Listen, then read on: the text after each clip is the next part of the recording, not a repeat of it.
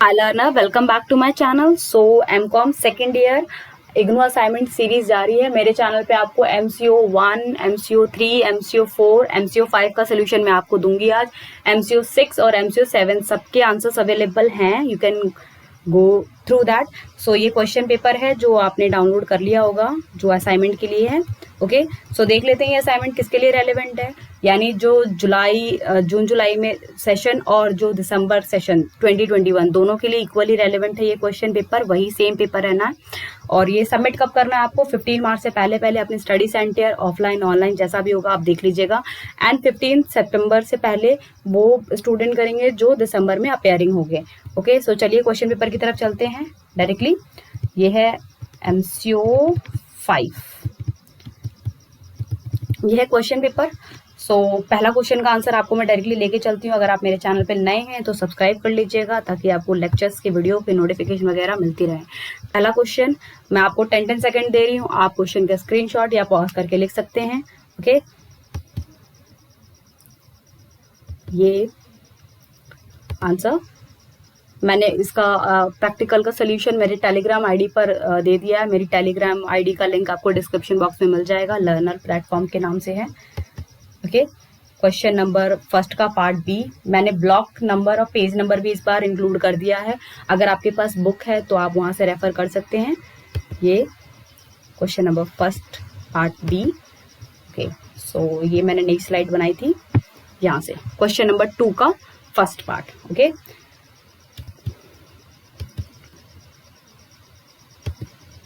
B.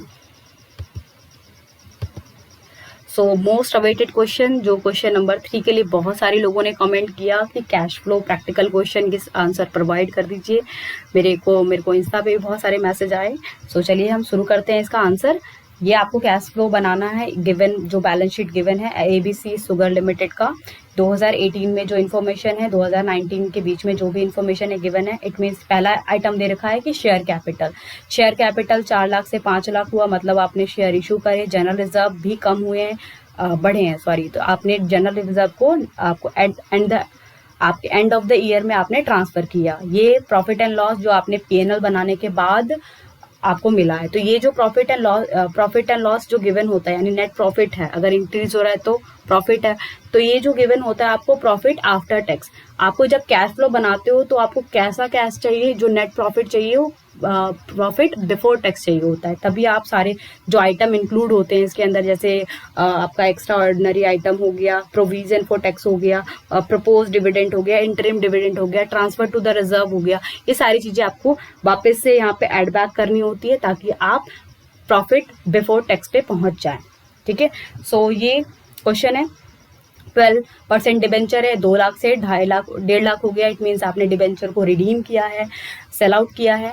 Okay, 14 mortgage loan है जो आपका 1 लाख से 160 हो गए। इट मीन्स आपने लोन लिया है। क्रेडिटर आपके इंक्रीज हुए हैं, मशीनरी आपकी इंक्रीज हुई है, लॉन्ग टर्म इन्वेस्टमेंट जो था वो डिक्रीज हुआ है, एंड स्टॉक है वो भी इंक्रीज हुआ है। डेटर जो है वो आपका डिक्रीज हुआ है। Cash again decrease and bank. So ये इन्फॉर्मेशन है, चलिए इसके थ्रू आपका सॉल्व करते हैं।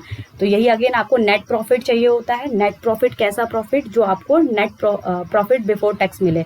तो बिफोर टैक्स लाने के लिए जो आइटम्स होते हैं, कैश फ्लो से इनफ्लो या आउटफ्लो पे फर्क नहीं पड़ता, वो आइटम्स को हम प्लस करके हम लेकर आते हैं, यानी profit before tax. Okay, so पहला आइटम इसके अंदर प्लस होगा, transfer to the general reserve. अब जनरल रिजर्व में जब आपने प्रॉफिट आफ्टर टैक्स निकाला होगा तो वहां पे आपने माइनस किया होगा, तो इसीलिए यहाँ प्लस करते हैं क्योंकि आप अपने ही पैसे को बस इधर उधर कर रहे होते हो, इसमें कुछ नहीं होता। ओके, सो ये निकला आपका।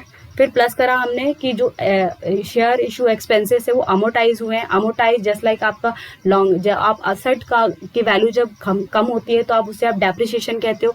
सेम एज जब आप इशू करते हो या फिर कोई आपकी गुडविल जैसी चीजें कम होती हैं तो उसे अमोटाइज कह देते हैं। तो ये आपका निकल गया net profit before working capital change. अब वर्किंग कैपिटल चेंज में असेट्स एंड लायबिलिटी का इंक्रीज या डिक्रीज देखते हैं। अब करंट असेट्स का इन कैश फ्लो के साथ यानी कैश के साथ इनवर्स रिलेशन होता है और लायबिलिटी के साथ डायरेक्ट रिलेशन होता है, तो उसी को हमने देखते हुए यहाँ पे ट्रीटमेंट करा है।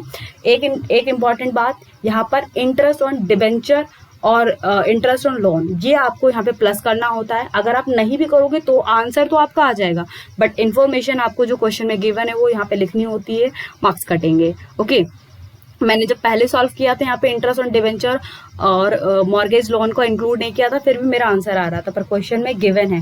क्वेश्चन में देख लेते हैं, क्वेश्चन में कह रहा था नीचे लाइन में कि जो interest paid during the year 37,800 है, जबकि आप इनका अगर 12% निकालोगे 2 लाख का तो आपको कुछ मिलेगा 24,000 रुपये, और 14% निकालोगे 1 लाख का तो समथिंग आपको 14,000। मतलब टोटल आपका जो इंटरेस्ट ड्यू हुआ है वो 38,000 का हुआ है। बट जब ये क्वेश्चन कह रहा है कि जो आपने पे किया है वो 37,800 है, तो यहाँ पे 200 रुपये आउटस्टैंडिंग आ गया। पर हमें आउटस्टैंडिंग से मतलब नहीं है, जो भी पेड होता है वही हम कंसिडर करते हैं अपने कैश फ्लो बनाते टाइम में। ओके, सो यहाँ पे आपका ऑपरेटिंग में क्या हो जाता है, ये ऑपरेटिंग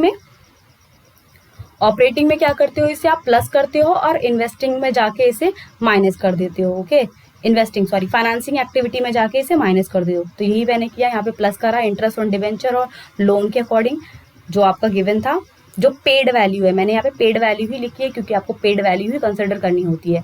या आगे आपका cash flow from operating activity, and then आप इसके अंदर cash flow from investing activity करते हो, जो भी इन्वेस्टमेंट से रिलेटेड, लॉन्ग टर्म इन्वेस्टमेंट से रिलेटेड है वो यहाँ पे आ जाता है। फिर उसके बाद फाइनेंसिंग एक्टिविटी, फाइनेंस से रिलेटेड जैसे आपका लोन हो गया, शेयर कैपिटल वगैरह, डिवेंचर के ट्रीटमेंट, और यहाँ पे इंटरेस्ट वही जो मैंने वहाँ पे ऐड किया था, interest on debenture and loan, यहाँ पे आके माइनस हो जाएगा। सो ये आपका इन्वेस्टिंग एक्टिविटी हो गया। अब कैश फ्लो को अपने आप जज कर सकते हो ना, क्योंकि जो भी आपको इन्फॉर्मेशन है, opening cash and cash equivalent को ऐड करते हो तो आपका closing cash and cash equivalent आ जाता है। सो आप लोगों ने 12th में बनाया होगा कैश फ्लो, होपफुली।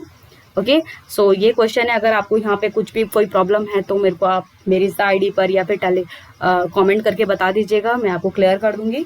ओके, आप इसका स्क्रीनशॉट ले सकते हो, मैंने ऑलरेडी यहाँ वीडियो बनाने से पहले अपनी टेलीग्राम आईडी पर इसको शेयर कर दिया था।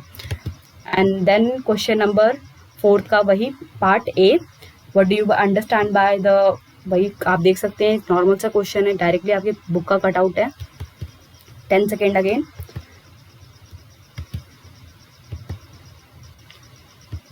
मैंने अपने बेस्ट नॉलेज से कैश फ्लो सॉल्व किया है, आप क्रॉस चेक जरूर करें लिखने से पहले। 4th question part B,